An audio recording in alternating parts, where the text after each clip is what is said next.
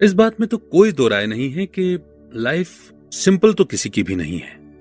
एक roller coaster ride की तरह ही है, जिसमें कई सारे अप्स एंड डाउन्स आते हैं, बहुत सारे सरप्राइजेस आते हैं। अब कई बार ऐसा होता है कि हम उन चैलेंजेस को फेस कर लेते हैं, कई बार नहीं भी कर पाते।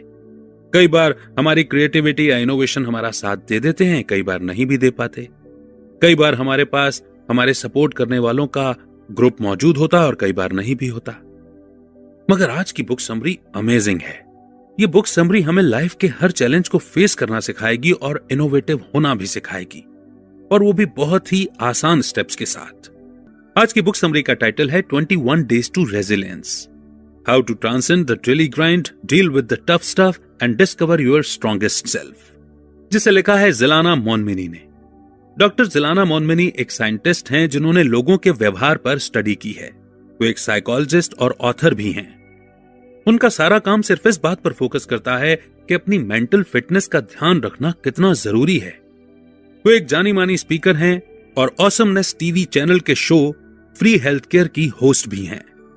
जिलाना मोनमिनी लीडरशिप सेमिनार, प्राइवेट रिट्रीट और मेंटल फिटनेस के बूट कैंप भी ऑर्गेनाइज करती हैं। तो आइए इन एक्सपीरियंस्ड ऑथर की लिखी बुक से हम भी अपनी लाइफ को बदलने की शुरुआत करते हैं। शुरू करते हैं आज की summary 21 Days to Resilience by जिलाना मोनमिनी। रेजिलियंस का मतलब है जिंदगी में मुश्किल वक्त को संभालने की एबिलिटी, यानी गिरकर दोबारा उठने की काबिलियत। जब चुनौतियां आती हैं, रेजिलिएंट लोग जानते हैं कि उनसे निकलने का सही तरीका क्या है।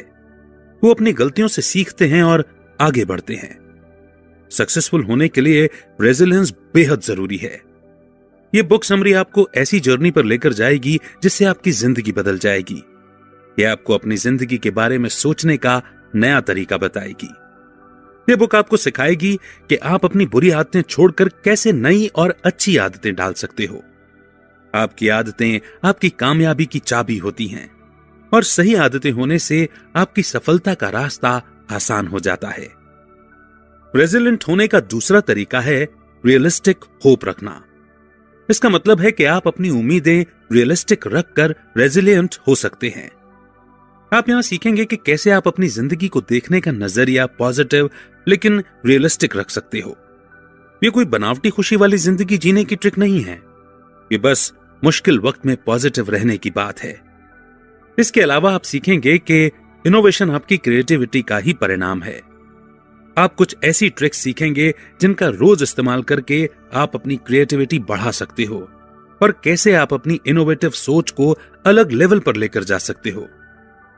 आखिर में इस बुक में आप 2 प्रिंसिपल्स के बारे में पढ़ेंगे कि कैसे आप अपने इमोशंस को अच्छी तरह कंट्रोल कर सकते हैं, और कैसे आप अपने दोस्तों के साथ एक भरोसेमंद रिश्ता बना सकते हैं। ये दोनों ही प्रिंसिपल्स आपको अपनी फीलिंग्स का ध्यान रखना सिखाएंगे और आपको सफल होने में मदद करेंगे। ये बुक आपको थ्योरी और प्रैक्टिकल दोनों के बारे में सिखाएगी। तो चलिए आपको रेजिलिएंट बनाना शुरू करते हैं। तो सबसे पहले आती हैं हैबिट्स। अगर मैं आपको उन आदतों को लिखने को कहूं जो आप रोज करते आए हैं, आप ये जानकर हैरान हो जाएंगे कि आपके पूरे दिन का 40% आपकी आदतों से भरा है। इसका मतलब है कि इंसान लगभग हर दिन ऑटो पायलट मोड पर चलता है। आपको क्या लगता है ऐसा क्यों होता होगा? इसका जवाब है कि जब हम अनजाने में काम कर रहे होते हैं, हम सेफ महसूस करते हैं, सुरक्षित महसूस करते हैं। जब हम एक ऐसा काम कर रहे होते हैं जो अपने आप होता जाता है, हमें ज्यादा सोचने और मेहनत करने की जरूरत नहीं पड़ती, तब ऐसा होता है। जरा सोचिए, अगर आपको अपने हर काम को करने के पहले सोचना पड़ता तो कितना मुश्किल होता। जैसे कि अपने दांत साफ करना। इसीलिए अपनी आदतों को बदलना मुश्किल होता है। बुरी आदतें हमें सेफ होने का एहसास करवाती हैं, और इसीलिए इनसे छुटकारा पाने में कड़ी मेहनत लगती है। अपनी बुरी आदतों को बदलने के लिए आपको कुछ दिन तक अपनी रोज की आदतों को लिख कर रखना होगा। फिर आपके पास अपनी सारी आदतों का हिसाब होगा, जिसमें से अच्छी आदतें आप अपने साथ रखना चाहेंगे और बुरी आदतों को बदलना चाहेंगे। हर बुरी आदत के लिए आपको वो सब ट्रिगर्स भी लिखने हैं जो आपको बुरी आदतें करने के लिए उकसाते हैं, और आपको उन्हें अपनी जिंदगी से निकालने की कोशिश करनी है। यह आपको नए ट्रिगर्स लाने में भी मदद करेगी जो आपको नई आदतें और अच्छी आदतें बनाने में हेल्प करेंगे। अब इस एग्जाम्पल से समझते हैं। सारा को लंच ब्रेक में भी अपना काम करने की बुरी आदत थी। जी हां, ये बुरी आदत होती है, क्योंकि लंच ब्रेक मतलब अपने शरीर का ख्याल रखना, और अपने शरीर का ख्याल रखते वक्त फोकस शरीर का ख्याल रखने पर ही होना चाहिए। तो सारा को अपने लंच ब्रेक में भी अपना काम करने की बुरी आदत थी। वो अपनी ये आदत बदलना चाहती थी, क्योंकि उसे लगता था कि अपने कलीग्स के साथ लंच करने में मजा आएगा। अपने ऑफिस में अच्छे रिश्ते बनाना एक अच्छा एम्प्लॉय होना साबित करता है।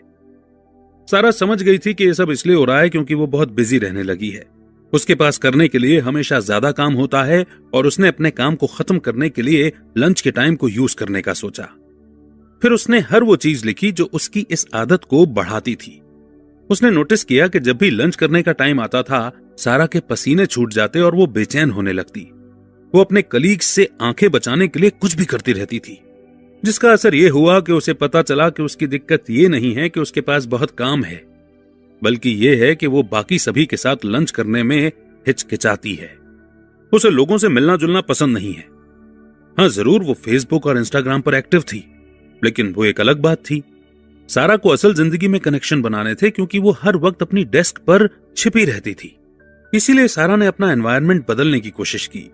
ज्यादातर लंच के टाइम पर लोगों को इधर उधर घूमते देख उसकी बेचैनी बढ़ जाती थी। इसलिए उसने सिर्फ एक दोस्त बनाने का सोचा। वो दोनों इस बात पर मान गए कि उसकी दोस्त आएगी और सबके इकट्ठा होने से पहले वो दोनों लंच कर लेंगे। इस तरह सारा को भीड़ से डरने की जरूरत नहीं होगी। अब इस आदत को बदलना आसान नहीं था, लेकिन पॉसिबल तो था। सारा की ही तरह अगर कोई भी आदत आपको आपकी सफलता तक पहुंचाने से रोक रही है, तो आपको उसे सबसे पहले तो बदलने की जरूरत है। तो पहले अपनी आदतों को समझें और उन ट्रिगर्स को जो आपकी बुरी आदतों को बढ़ावा दे रहे हैं, फिर उन सब ट्रिगर्स को अपनी लाइफ से हटाने का काम शुरू करें। रेजिलिएंट बने, कंसिस्टेंट रहें और हमेशा पॉजिटिव सोचें। तो दूसरा स्टेप है कंट्रोल। सक्सेस सिर्फ सही मंशा यानी कि सही इंटेंशन रखने से मिलती है। आप बिना किसी मकसद के जिंदगी जीते हुए यह उम्मीद नहीं कर सकते कि आप अपने मुताबिक रिजल्ट पाएंगे। अगर आप कुछ हासिल करना चाहते हैं, तो आपको उन सभी फैसलों पर कंट्रोल करना सीखना होगा जो आपके गोल से रिलेटेड हैं। आपके हर फैसले का असर आपकी जिंदगी पर पड़ता है। आपका व्यवहार और आपकी आदतें ही आपको सफलता या असफलता की ओर लेकर जाती हैं। इसीलिए आप अपने फैसलों को कंट्रोल करके ही अपनी जिंदगी को कंट्रोल कर सकते हो। लेकिन ये याद रखो कि आपको बहुत ज्यादा भी कंट्रोल नहीं करना है। आपको अपने आप को हर उस काम को करने की आजादी देनी होगी जो आप करना चाहते हैं, और दूसरों को भी ऐसा करने के लिए कहना चाहिए। किसी को भी बहुत कंट्रोल करने वाला सनकी इंसान पसंद नहीं है। जिन चीजों पर आपकी पकड़ कमजोर है, उन्हें अलग लिखकर आप अपने लाइफ पर वापस कंट्रोल पा सकते हो।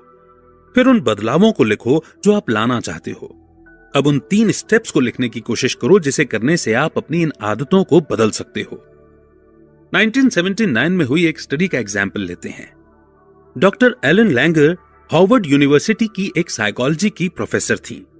उन्होंने एक नर्सिंग होम के कुछ ऐसे लोग लिए जिनकी उम्र 70 से 80 यानी कि 70 to 80 के बीच की होगी, और उन्हें एक रिट्रीट के लिए ले गईं। ये रिट्रीट कुछ अलग थी। इस एक्सपेरिमेंट का पर्पस था कि उन लोगों को 20 साल पीछे लेकर जाना। डॉक्टर लैंगर ने उन्हें वो जिंदगी दी जो वो 1959 में जीते थे। वो लोग पुराना रेडियो सुनते थे, पुरानी मूवीज देखते थे, और बल्कि उन दिनों के अखबार भी पढ़ते थे। वो सभी बूढ़े लोग अपने पुराने दिनों में चले गए थे। वे लोग अपने बीते दिनों की बातें किया करते थे कि उन्होंने उस समय क्या क्या किया और उनके समय में कौन कौन से इवेंट्स हुए थे। सभी बूढ़ों लोगों को लगने लगा कि वे सच में 1959 में हैं, और वे इससे बहुत खुश हुए। जब वो हफ्ता खत्म हुआ, रिजल्ट से पता चला कि ये लोग किसी तरह से जवान हो गए हैं और ज्यादा अलर्ट और एक्टिव हो गए हैं, और उनका पोस्चर भी बदल गया है। एक बाहर वाले इंसान के लिए ये बूढ़े लोग उस दिन से भी ज्यादा जवान लग रहे थे जिस दिन उन्होंने नर्सिंग होम छोड़ा था। अब सवाल यह है कि ऐसा हुआ क्यों? साफ सी बात है, उम्र कम होना तो मुमकिन नहीं है, लेकिन जब हम उसके लक्षण कंट्रोल कर लेते हैं, हम और जवान और लंबा जी सकते हैं। इससे साबित होता है कि हमारी जिंदगी पर हमारा कितना कंट्रोल है। यहां तक कि हम अपनी उम्र बढ़ने की प्रोसेस को भी कंट्रोल कर सकते हैं। अगर हम एक जवान इंसान की तरह बर्ताव करेंगे तो हम जवान रह भी सकते हैं। अब ये स्टडी हमें बताती है कि अगर हम अपना बर्ताव कंट्रोल कर लें तो सब कुछ कंट्रोल हो सकता है। इसीलिए आदतों और मान्यताओं के बदलने से हम अपनी जिंदगी पूरी तरह से बदल सकते हैं। अपने उन बिहेवियर को पहचानने से शुरुआत कीजिए जहां आपका कंट्रोल कम है, फिर उन्हें धीरे धीरे सुधारने की कोशिश कीजिए। अब नेक्स्ट स्टेप आता है रियलिस्टिक ऑप्टिमिज्म। हमेशा पॉजिटिव होप रखना जरूरी है, क्योंकि ये आपकी मुश्किल वक्त से निकलने में मदद करेगा और आपके फ्यूचर से पॉजिटिव उम्मीदें रखने को भी कहेगा। अगर आप नहीं मानते कि आपका फ्यूचर कभी बेहतर हो सकता है, तो आपके पास कभी भी वो विल पावर या एटीट्यूड नहीं आएगा जो आपको ज्यादा से ज्यादा सफलता हासिल करने के लिए चैलेंज करे।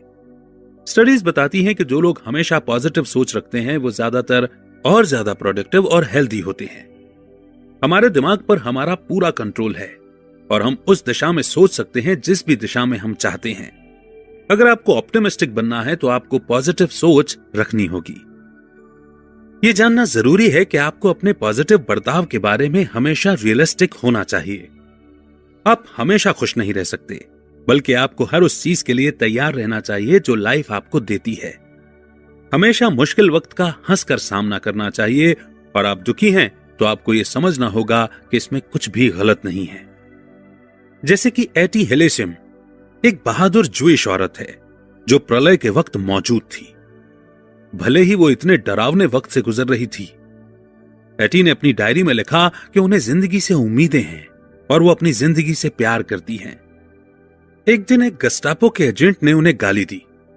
उस दिन उन्होंने अपनी डायरी में लिखा कि उन्हें डर नहीं लगा।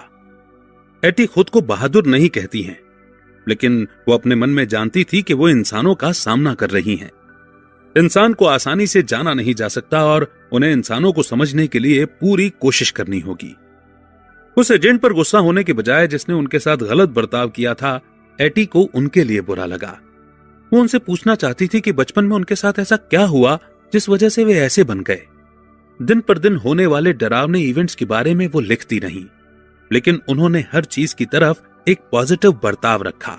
वो हमेशा ऑप्टिमिस्टिक और रेजिलिएंट रही। एटी ने लिखा कि उन्होंने ऐसी डरावनी घटनाओं पर ज्यादा ध्यान नहीं दिया।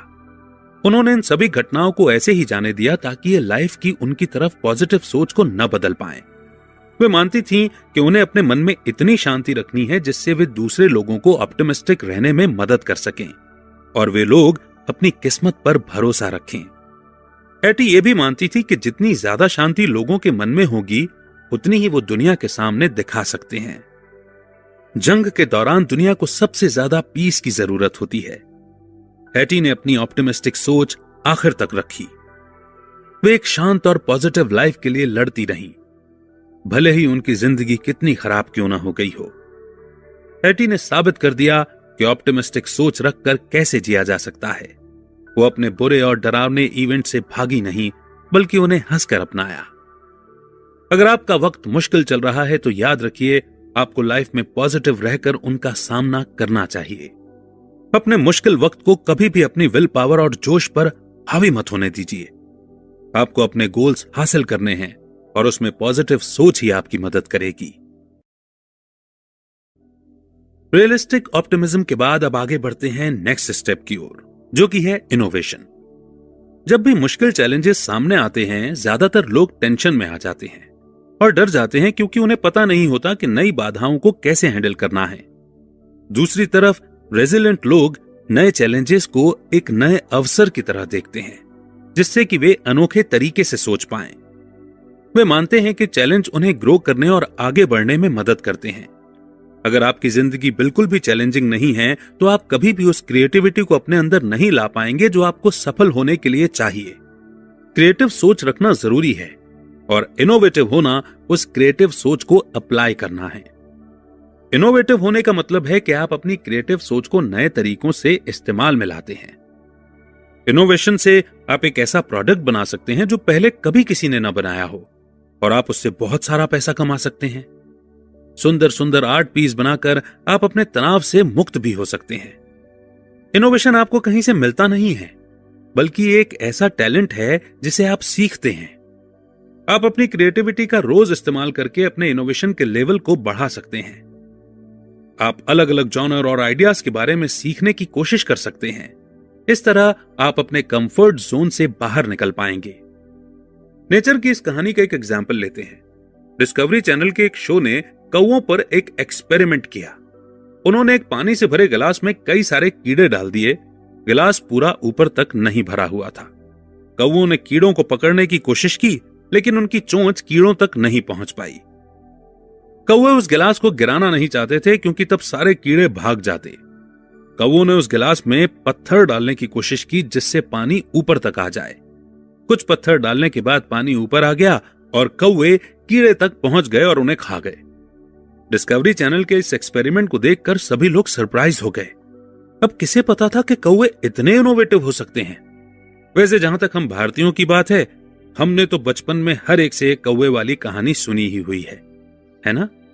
चलिए वापस एक्सपेरिमेंट के एग्जाम्पल पर आते हैं। आपको क्या लगता है कि क्या आप इतने इनोवेटिव हैं कि चैलेंजेस को हल करने के लिए शानदार जवाबों को या आंसर्स को सोच पाएं? हो सकता है कि आप सोच रहे हो कि आप क्रिएटिव नहीं बन सकते या फिर बहुत देर हो चुकी है, लेकिन जैसा हमने पहले बताया, इनोवेशन को सीखा जा सकता है। बस आप अपने सोचने की शक्ति को बढ़ाओ, और बढ़ाओ भी क्या, बस सोचने की शक्ति को फोकस के साथ इस्तेमाल करना शुरू करें, वो अपने आप बढ़ती जाएगी। अगर आप सिर्फ बिजनेस के बारे में जानकारी रखते हैं, तो आपको फैशन के बारे में भी पढ़ने की कोशिश करनी चाहिए। रोज जो भी आप पढ़ते हैं, देखते हैं या खाते हैं, आपको उसमें वैरायटी लाने की कोशिश करनी चाहिए। आपको नहीं पता कि कब कोई इंस्पिरेशन आपके दरवाजे पर दस्तक दे दे। इसी के साथ आगे बढ़ते हैं नेक्स्ट स्टेप की ओर, जो कि है इमोशनल इंटेलिजेंस। इमोशनल इंटेलिजेंस का मतलब है अपने और दूसरों के इमोशंस को समझना और उसके हिसाब से बात करना।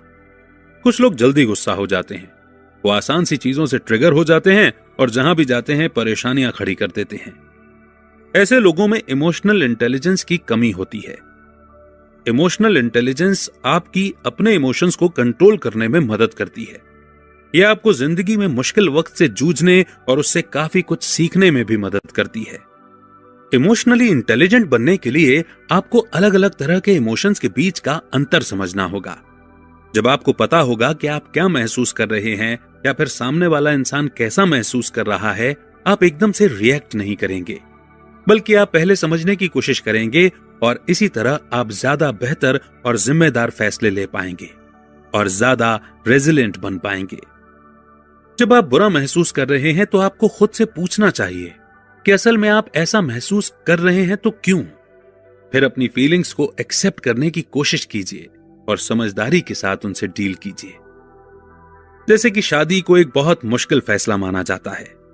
ज्यादातर लोगों के मन में शादी की नेगेटिव इमेज होती है, क्योंकि कपल्स को बहुत ज्यादा लड़ते हुए देखा जाता है।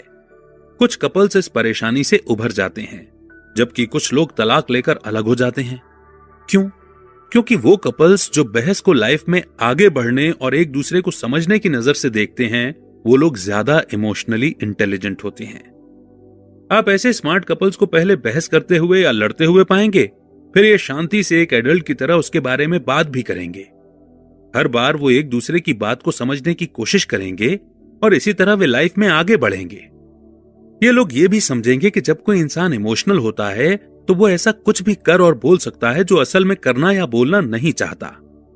स्मार्ट कपल्स गुस्से में कहे शब्दों के बारे में ज्यादा नहीं सोचते हैं, बल्कि वो दोनों के शांत होने का इंतजार करते हैं और फिर पूरे होश और इमोशंस के साथ एक दूसरे से उस इशू पर या मुद्दे पर बात करते हैं। दूसरी तरफ उन कपल्स में इमोशनल इंटेलिजेंस की कमी होती है जो बहस को सही से हैंडल नहीं कर पाते।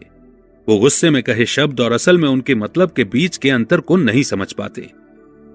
ज्यादातर मामलों में जब पति कुछ बुरे या दिल दुखा देने वाला शब्द कहता है, वो असल में वो सब कहना नहीं चाहता है।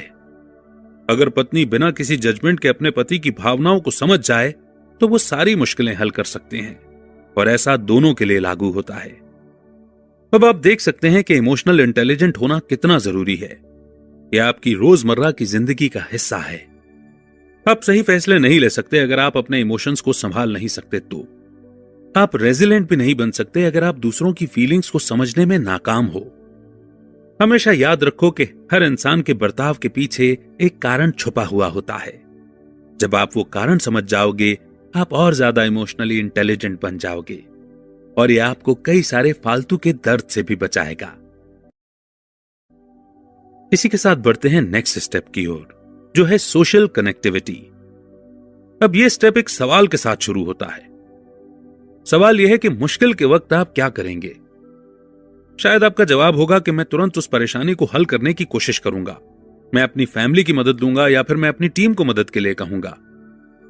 एक रिसर्च ने यह साबित किया है कि अगर आपके पास दोस्तों का ऐसा ग्रुप है जो आपको सपोर्ट करते हैं तो आप अपने मुश्किल वक्त में भी खुश रह सकते हैं।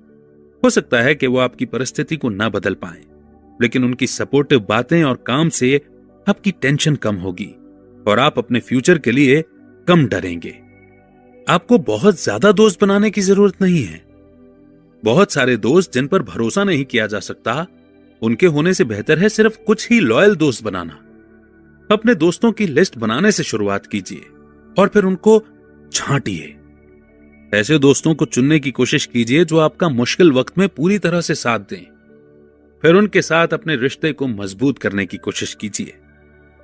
जैसे कि मान लीजिए कि अगर आप देखो कि आपका अपने दोस्तों के साथ मजबूत रिश्ता नहीं है, तो खुद से पूछिए कि ऐसा क्यों है। क्या यह इस वजह से है कि आप अपने दोस्तों के साथ क्लोज होने की कोशिश नहीं करते, या फिर इसलिए कि आपके दोस्त आपके लिए सही नहीं हैं? आप अपने उन पुराने दोस्तों की भी लिस्ट बनाइए जिन पर आप पूरा भरोसा किया करते थे, लेकिन कुछ कारणों की वजह से आप अलग हो गए। आप उनसे फिर से मिलने जुलने की कोशिश कर सकते हैं और अपना पुराना रिश्ता फिर से मजबूत कर सकते हैं। नए दोस्त बनाने का एक तरीका यह भी है कि आप उन लोगों से मिलिए जिनकी सोच आपसे मिलती है। अगर आपको लिखना पसंद है तो राइटिंग की क्लास ज्वाइन करने से आपको कई सारे ऐसे दोस्त मिलेंगे जिन्हें आपकी तरह लिखना पसंद है। अपना सपोर्ट ग्रुप बनाने का दूसरा तरीका है लोगों से मदद मांगना। मदद मांगना आसान नहीं होता, लेकिन जब आप लोगों के पास मदद के लिए जाते हो, उन्हें फील होता है कि वो आपकी लाइफ में जरूरी हैं। ये सारे स्टेप्स फॉलो करके आप अपने सपोर्टिव दोस्तों को लिस्ट में अलग कर सकते हो, अपने पुराने दोस्तों से फिर से बात कर सकते हो और ऐसे दोस्तों का ग्रुप बना सकते हो जो किसी भी कीमत पर आपका साथ देंगे। अगर आप ऐसा सोचते हैं कि आपको लोगों की जरूरत नहीं है, तो फिर आपको फिर से सोचने की जरूरत है। सफलता आसानी से नहीं मिलती क्योंकि लाइफ चैलेंजेस से भरी हुई होती है और कभी कभी अकेले रहने से काम नहीं चलता। आपको लोगों की जरूरत है क्योंकि आपको उनका सपोर्ट चाहिए। इसीलिए आज से ही शुरू करते हुए उन लोगों की लिस्ट बनाओ जो गोल्स हासिल करने में आपको सपोर्ट करें। तो कुल मिलाकर के कुछ ऐसी इंपॉर्टेंट स्टेप्स हैं जिनको फॉलो करके बड़ी आसानी से अपनी थॉट प्रोसेस पर कंट्रोल करके आप अपनी लाइफ को पूरी तरह से सॉर्ट कर सकते हो, है ना? तो आइए फिर कंक्लूजन के जरिए इस बुक समरी की सारी लर्निंग्स को रिवाइज कर लें और उन्हें नोट कर लें। लाइफ मुश्किलों से भरी हुई है। आप इन मुश्किलों से दो तरह से डील कर सकते हैं, या तो उन्हें नजरअंदाज कर दें या फिर जिंदगी में जो हो रहा है उसे होने दीजिए, या फिर एक रेजिलेंट एटीट्यूड रखिए जिससे आप हर मुश्किल से निकलने की हिम्मत जुटा सकते हैं। इस बुक में आपने पढ़ा कि हर सफल इंसान की क्वालिटी है रेजिलेंट बनना। अगर आप लाइफ का प्रेशर हैंडल नहीं कर सकते तो आप न कभी भी अपने चैलेंजेस को हरा पाएंगे और ना ही अपनी गलतियों से सीख पाएंगे। इस बुक ने आपको सिखाया कि कैसे अपने ट्रिगर्स बदलने से आप अपनी आदतें बदल सकते हैं।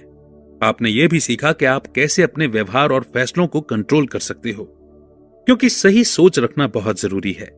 यह बुक आपको सिखाती है कि आप रियलिस्टिक ऑप्टिमिज्म कैसे रख सकते हैं। झूठे और सच्चे ऑप्टिमिस्टिक इंसान के बीच का अंतर ही मुश्किल वक्त से लड़ने के लिए तैयार बनाता है। अगर आप सिर्फ ऑप्टिमिस्टिक बनकर रहना चाहेंगे कि आपकी लाइफ हमेशा खुशहाल रहे, तो ऐसा कभी नहीं होगा। हालांकि जब आप अपनी पॉजिटिव सोच को अपनी असल जिंदगी में अमल में लाएंगे, आप हर मुश्किल से लड़ने के लिए तैयार हो जाएंगे। अगला प्रिंसिपल जो आपने इस बुक में पढ़ा वो है कैसे इनोवेटिव बना जाए। आपने उन रोजमर्रा की एक्टिविटीज के बारे में सीखा जो आपको क्रिएटिव होने में मदद